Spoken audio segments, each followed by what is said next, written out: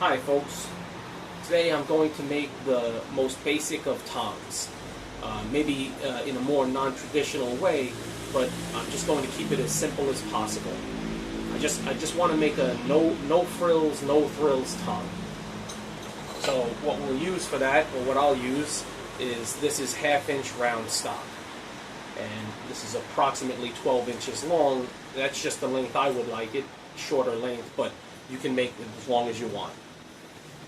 And what I'm going to try to do is to do the least amount possible, but still have a functioning tong. So, what I'll use, okay, the tong blanks, and the next thing I'll use is a punch to punch the rivet holes. So I like to use this handle punch, which comes to a very fine taper. And other than that, I may use this small drift, just because this is about the exact size of the rivet I would like to use, so I'm just accustomed to using this. But you can also use your punch and just continue to punch through the hole over something like a Pritchell hole until you get the desired size for your rivet. So that there, and then also I won't use a tong to make this tong. I'll use a glove to hold on to this shorter blank, because it will get pretty hot on the end that I'm going to hold on to. So the only time that I may use a tong is when I'm heating a blank in the forge, and this end is getting really hot. Obviously, the heat will conduct itself down to the end I'm holding fairly quickly. So sometimes what I'll do is I'll just use a tong and grab from the heated end, and then dip into my slack tub to about maybe here, so that it's cooled off enough so that I can hold it with the glove for a reasonable amount of time. So yeah, that'll be about it. I'll try to keep this as simple as possible. This is not the way I normally would make my tongs, but you know, this could be maybe a quick way that you would be able to fashion a tong that might not work for a generation, but it would work for your immediate use. So yeah, let's get started. Right off the bat, I just want to apologize for some focusing issues with this camera. You know, every time my hand moves or the piece, something else comes into the camera, it tends to focus in and out, and I know that's a little bit annoying, so I'm still trying to figure that out. But mainly for this video, I also apologize for the glare that's on the anvils. Today is just a solidly gray day, but with the sun like diffused everywhere, and it's just creating a real glare that I didn't notice until after I filmed the video. So, you know, I can see that if I block like this, if I use something to block this area here, like that, that'll help cut down on that glare, but unfortunately that'll have to wait for a future video. So just bear with it, and you know, I'll try my best to improve the quality of these videos. So, thanks.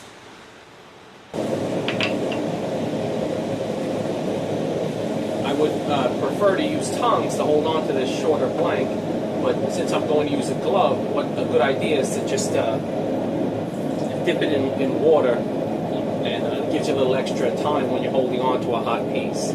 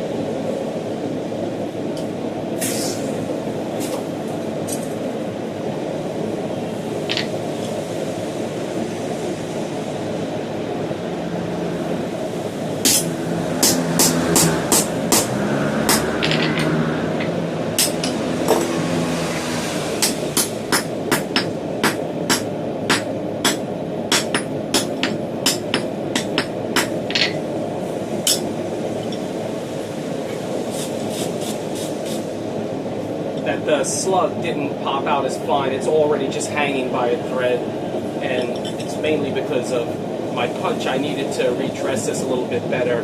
The very business end needs to be very a sharp edge in order to cut cleanly, and I didn't get it quite that clean, or quite that sharp. So yeah, but that'll pop right out once I go to drift the hole.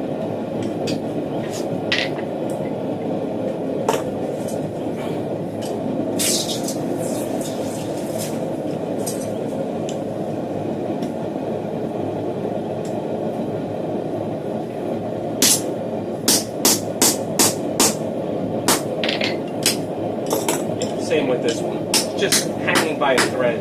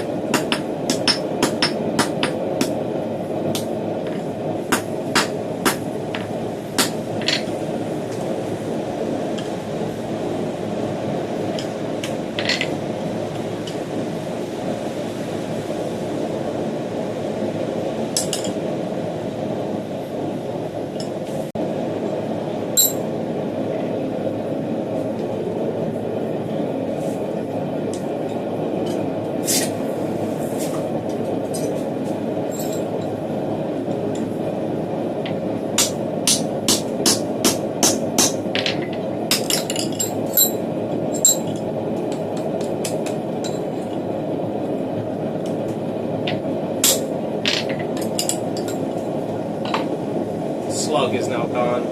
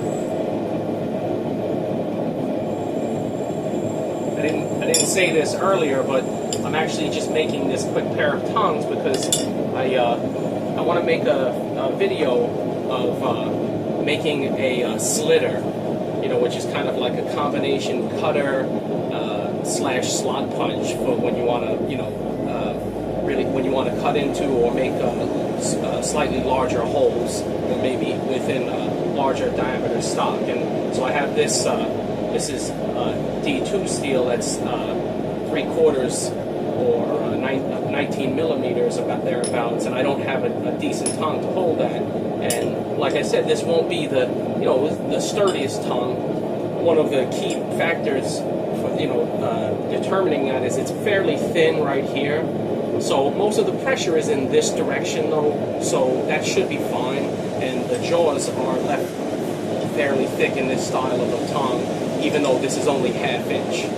But if I was to make this as a pair of tongs for sale, I would thicken up this area. I would upset that area first, so I have more material to form a thicker section right here when I make this offset like that.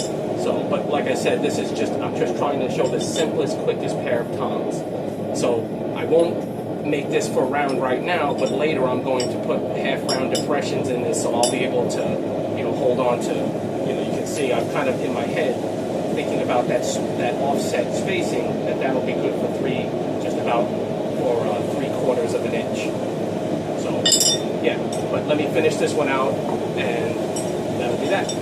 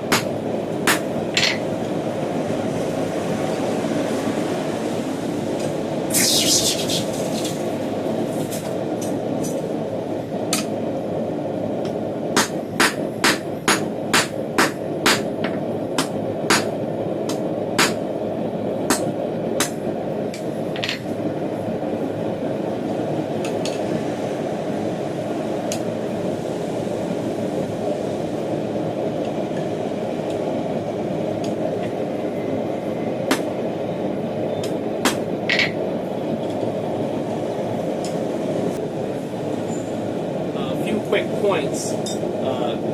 this is definitely going to be a very usable tong, no question about it, and very quick. But like I had mentioned earlier, like the main weakness I would say is that this section here gets too thin. So you know, you want to probably keep this thicker if you could. So, but this, like I said, being 1/2 inch only, and I didn't upset the end to get more material there. I didn't have enough to make this thicker. Also, I do have other techniques though to thicken this up, but I don't want to use those now because I just, like I said, I wanted to make the most basic, simple tong, you know, without using other kinds of jigs or other tools or other techniques. Just very simple. In future videos, I'm going to make much more complicated tongs. And one other tip to remember too is that most tongs are identical halves.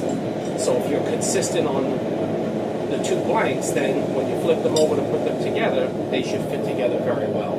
So I'll get this riveted together right now. And I had said that I was hoping to have a tong for 19 millimeter round, and at this point, you probably want to form your jaw if it was to be for round or for square. You know, here obviously this would hold flat well, but I'm just going to get this together. Like I said, just basic tong.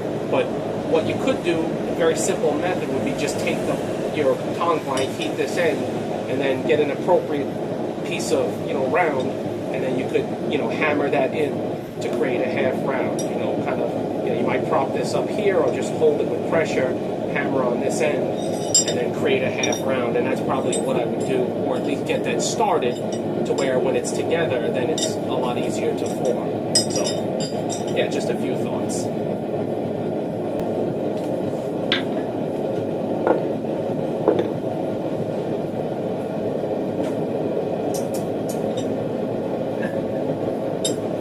I'll need a tong to grab that rivet out of the floor, so I guess I did. I lied.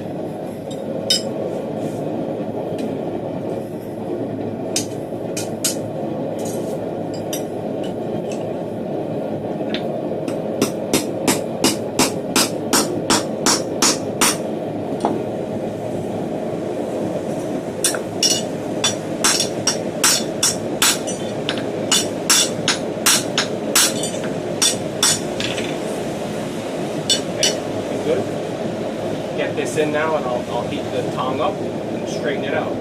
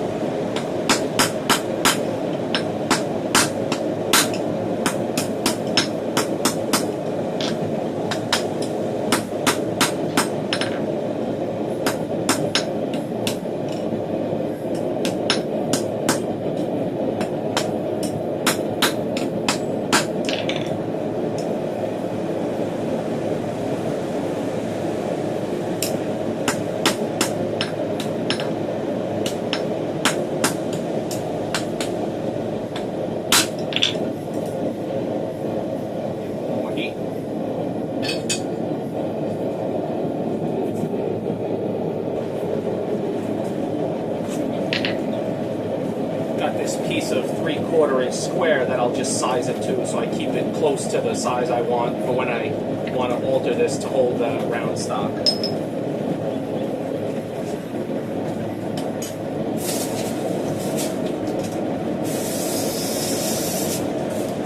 Just cooling off to about there, so this way I can adjust the handles as well. But yeah, that fits really well.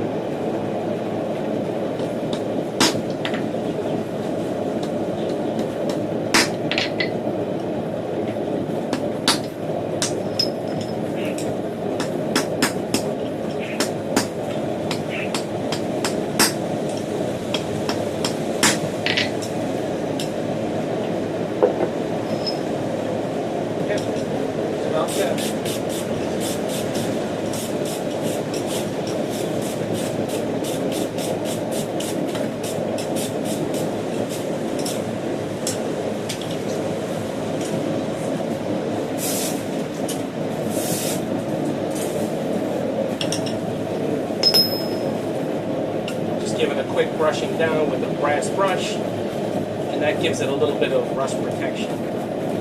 So we just rub that on as such. As it cools, it'll take on more and more of the brass. It just needs a little bit, and then you'd be surprised how well that holds up to not rusting on the this end, because I typically will cool my tongs constantly when they get hot in the jar. So I'll cool this back a little bit again.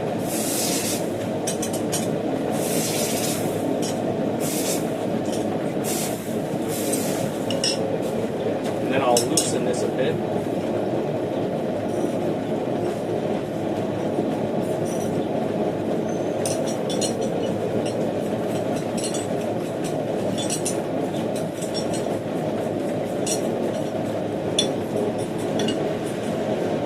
That's that. There's the tongue. Okay, so there it is. I sprayed it down with a little bit of WD-40, and everything's working well. You can see that, you know, if I was to want to hold what I've sized it for here, it holds really well for that. No slippage at all. The handles are at, for me, what I consider to be a comfortable width at the end. And you can, if you like, you know, draw these reins out if you like.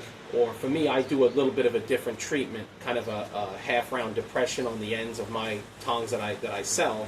So, and by the way, if anyone is looking for tongs, you know, just go to my website, and I'd be happy to make you whatever you would like. And you know, they'll be in a bit of a different style than this. Obviously, like I said, this is just kind of a very simplistic style, and I wanted to show, you know, show something being made basically start to finish.